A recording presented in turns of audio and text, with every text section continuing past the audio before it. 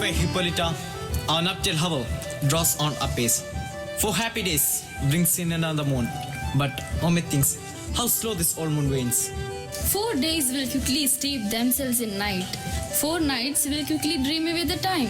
And then the moon, like to a silver bow, new bend in heaven, shall behold the night of our solemnities. Noble Duke, a humble servant greets you. Thanks, good Aegeus. What's the news with you? My daughter, my lord, does not obey me. Stand for Demetrius. My lord, this man hath my consent to marry my daughter. Stand for Lysander. But my lord, this man hath bewitched my daughter's heart. What say you, Hermia? Be advised, fair maid. To you, your father must be as a god. The one who composed your beauties, and to whom, but as for form of wax, Demetrius is a worthy gentleman. So is Lysander. In himself he is, but in this kind, wanting your father's voice, the other must held the worthier. I would my father look but with my eyes. Rather, your eyes must with his judgment look. I do entreat your grace to pardon me. I may not know by what power I made bold, nor how it may concern my modesty, here in such a presence to plead my thought. But yet I beseech your grace that I may know that the worst that may befall me, in the case if I refuse to wed Demetrius. Either to die the death, or to abjure forever the society of men. Now fair Hermia, question you desire, know your youth, examine well your blood. Brilliant, sweet Hermia, and you, Lysander, yield like Christ's title to my hidden right. You have a father's love, Demetrius. Let me have Hermia's. You marry her father? Scornful Lysander, ye have got my love. What's mine I shall render him. I am my lord, as well possessed as he. My love is more than his. My fortune is everywhere fairly ranked, and which is more than all this boast can be. I am beloved of beauteous Hermia, then why should I not prosecute my right? Demetrius loves Helena, and she devoutly dotes upon this spotted and inconstant man. I must confess that I heard so much. Demetrius, come and come, Aegeus. You shall come with me. I have some private schooling for you both. Hermia, fit your fancies to your father's will.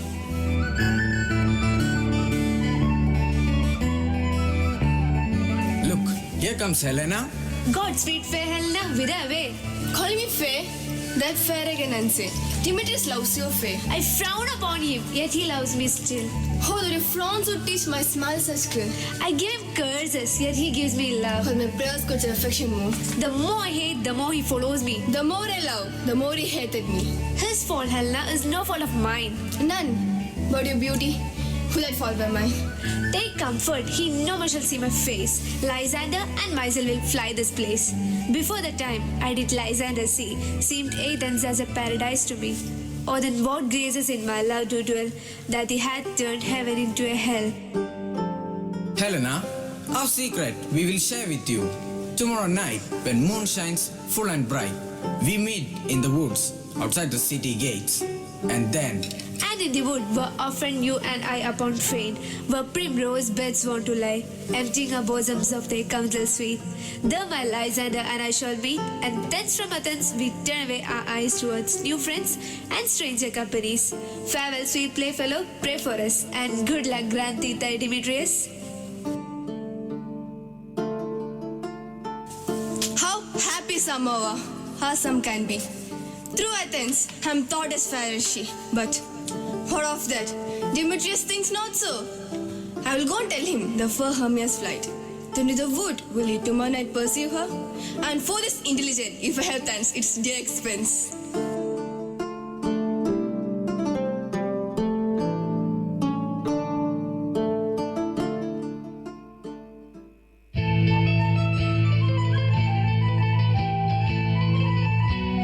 Masters, we shall perform a play in the honor of the noble Duke of Athens. I have the list of those who will take part. Is all our company here? You were best to call them generally, man by man, according to the script. First, good Peter Quince, say what the play is, then read the name of the actors. Our play is the most lamentable comedy and the most cruel death of Pyramus and Thisbe. An excellent play, Master Quince. Now, Peter Quince, call forth your actors. Masters, gather round. Nick Bottom, the weaver, Present. you shall play Pyramus. What is Pyramus? A lover or a tyrant? He's a lover who kills himself for love. There shall ask some tears in the true performing of it. And if I do it, Let the audience look to their eyes. I will move storms. The raging rocks and the shivering shocks shall break the locks of prison gates. And Francis Float, the bellows mender? Present.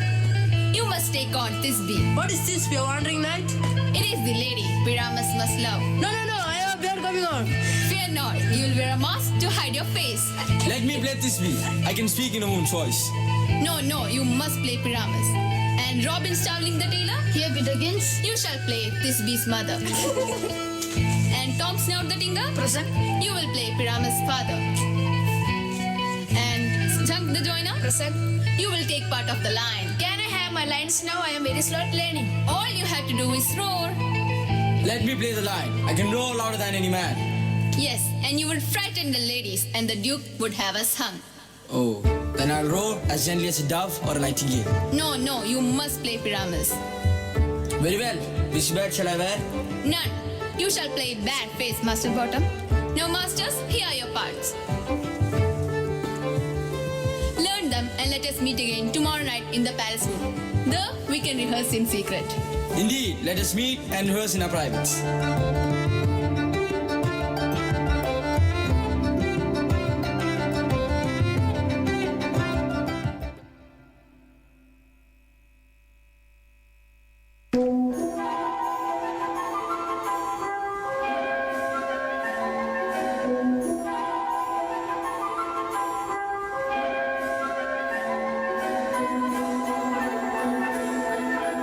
How now, fairies? Whither one are you? Over hill, over tape, traverse through briar, park over pave, to fly through fire. I to one to a river, swifter than a moon's sphere. And I saved the fairy queen, to do her out upon the green. The cowship stole her, the pensioners be. The king doth keep his revels in the night. Take heed, the queen come not within his sight. Farewell, then the lobber sprigs, I be gone. A queen and all else come here anon. Ill met by moonlight proud Titania. What? Jealous, Oberon? Fairy escapades, a false one is bred in company. Tarry, rash, wanton. Am not I thy lord? Then I must be thy lady. But thou hast with thy brawls disturbed our sport. The further winds piping to us in vain. But as in revenge have sucked up from the sea the contagious fogs. Do you amend it then? It lies in you. Why should Titania cross a Oberon? I do, but beg a little changeling boy to be my henchman. Set your heart at rest. The fairyland bites not the sight of me. And if you will patiently dance in our rounds, go with us. If not, shun me, I'll spare your horns. Give me that boy, and I will go with thee. Not for thy fairy kingdom. Fairies away. Well, go thy way. Thou shalt not from this grove till I torment thee for this injury. My gentle puck, come hither. Those thou remember, once I sat upon a promontory and heard a mermaid on a tall finn's back, uttering such dulcet and harmonious breath that the rude sea grew civil at her song, and certain stars shot madly from their spheres to hear the seamaid's music. I remember! That very time I saw, but thou couldst not, flying between the cold moon and the earth, Cupid all armed. A certain aim he took at a fair vestal thrown by the west, and loosed his love shaft smartly from his bow, as it should pierce 100,000 hearts. But I might see young Cupid's fairy shaft quenched in the chaste beams of watery moon, and the imperial waters passed on in maiden meditation fancy free. Yet not, I where the bolt of Cupid fell, it fell upon a little western flower, before milk white, now purple with love's wound, and maidens call it love in idleness. Fetch me that flower, the herb I showed thee once. The juice of it on sleeping eyelids they will make man or woman madly dot upon the next live creature that it sees. Fetch me this herb, and be thou here again before Leviathan can swim a lake. I'll put a girdle around the earth in 30 minutes and fetch this flower! Having once this juice, I will watch Titania when she's asleep and drop the liquor of it in her eyes. The next thing when she waking looks upon, be it on land, bear, wolf or meddling monkey or busy egg, she shall pursue it with soul of love. But who comes here? I'm invisible and I will overhear their conference. I love thee not, and therefore pursue me not. Here am I, and wood within this wood. Because I come in my Hermia, hence get thee gone, and follow me no more. You draw me, you hard-hearted adamant. Do I entice you? Do I speak of fair? I am sick when I look on thee. And I'm sick when I look not on you. I will run from thee, and leave to the mercy of wild beast. The wildest hath not such a heart as you. Fare thee well, nymph. Before he leaves this grove, thou shalt fly him, and he shall seek thy love. Is the flower there? Welcome, wanderer. I pray thee give it me. I know a band where the wild thyme blows, where oxlips and nodding violet grows, quite over canopied with luscious woodbine, with sweet musk roses and with a glendine. There sleeps Titania some time of the night, and with the juice of this I will streak her eyes and make her full of hateful fantasies. Take thou some of it and seek through this grove. A sweet Athenian lady is in love with a disdainful youth. Anoint his eyes, but do it when the next thing he has passed may be the lady. Thou shalt know the man by the Athenian garments he hath on. Fear not, my lord. Your servant shall do so.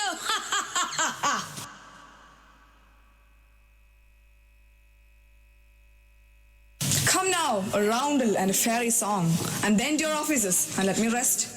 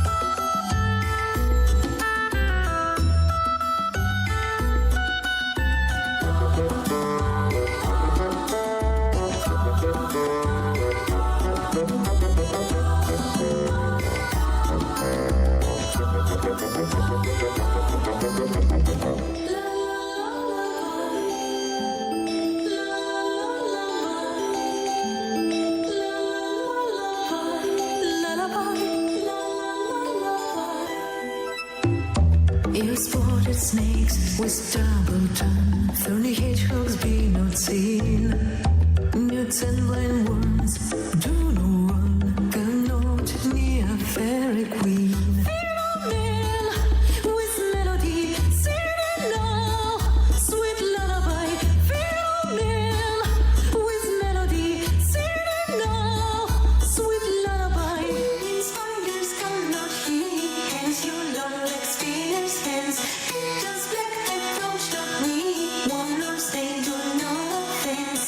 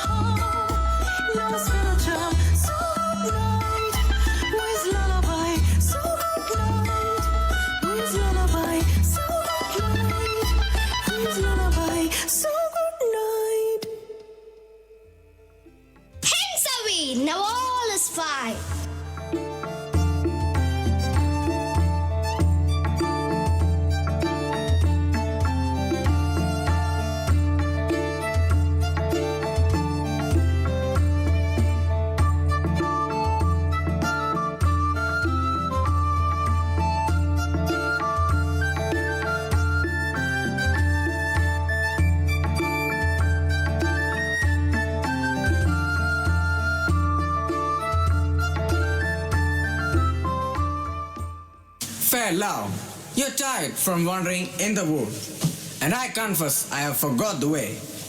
Let's rest here, Hermia, if you think it good. Be it so, Lysander. Find out a bed, for I upon this bank will rest my head.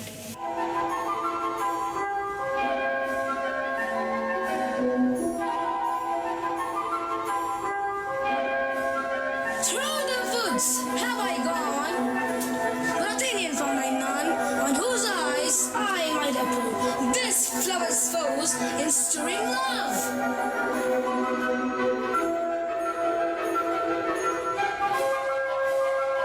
Now then, silence! Who is here?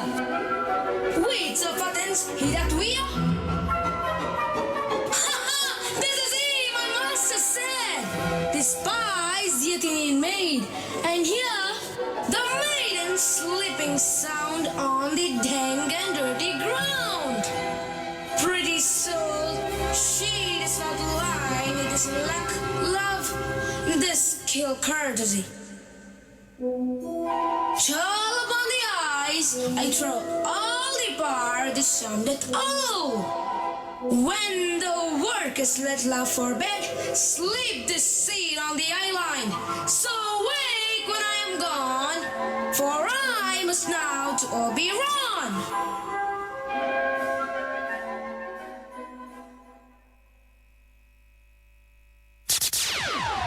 Yo, listen up, here's the story about a little guy that lives in a blue world. And all day and all night, and everything he sees is just blue. Like him, inside and outside. Blue his house with a blue little window and a blue Corvette. And everything is blue for him and himself and everybody around. Cause he ain't got nobody to listen, to listen, to listen. If we shadows have offended, think but this and all is mended, that you have but slumbered here, while these visions did appear. And this week an idle theme, no more yielding but a dream. So give me your hands, if we be friends, and Robin shall restore amends. So good night unto you all.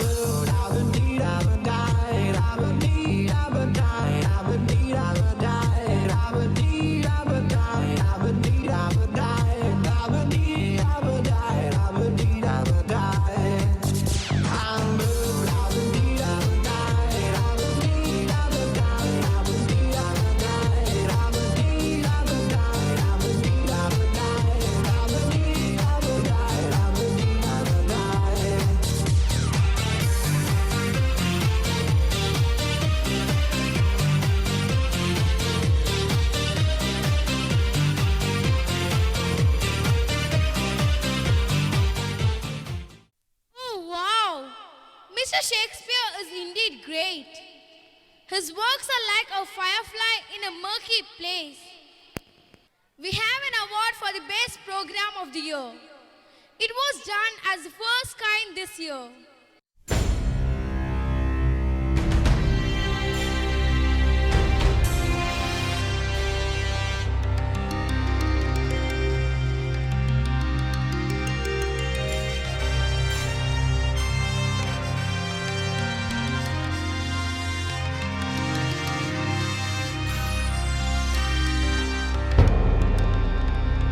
Midsummer Night's Dream is a romantic comedy play by the famous playwright William Shakespeare. So when we thought of doing a play of this kind, there were so many challenges. I found that the students were actually confident to present things on stage. But to do a Shakespearean play, and that too a complete play, has its own set of challenges because they have to by heart archaic language. So we took our time. We took about nearly 1 year really, just to get the text across, and after that we started the rehearsals. Rehearsals really took just 1 month's time, but it was the text that had to, but they have done it to perfection. Talking about the team, our team, it's not just the students, the management also has come forward. They really believed in us. Initially they were a little doubtful whether if a Shakespearean play could actually be performed by our students, because this kind of a thing had not been done before. But then I remember our principal Sunita ma'am and Shailesh sir, they personally came to the class and motivated the students. That was the biggest part for us. They said, go ahead with your plan, whether about the investments and other things, you don't worry, just concentrate on the play. So that was the confidence for us. They've been right through in this practice. And talking about the students themselves, we had 3 new players who done their part, particularly Ashwin. It was like casually in a football ground that I found he might be able to do this part. And when I expressed my idea to him, he was instantly ready for that. And as you will see in the performance, he's been totally perfectly the character, Puck. The great thing about the students is that normally in dramas they prefer the dialogues to be dubbed. But our students insisted, they requested me that the play shall be done live. That in itself is a big credit to the students, because that kind of a confidence was there. Even while we dubbed this play in the studio, they had no papers with them, they acted naturally, and that's how we dubbed it.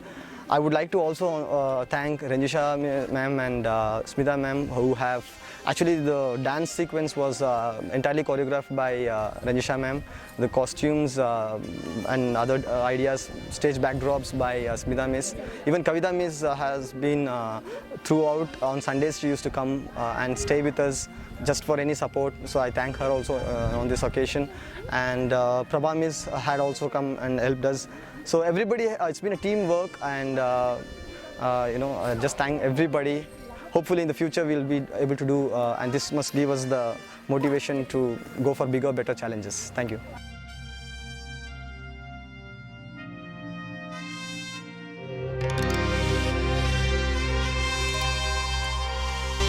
Now I request our manager, Mr. Srilesh, to give the award.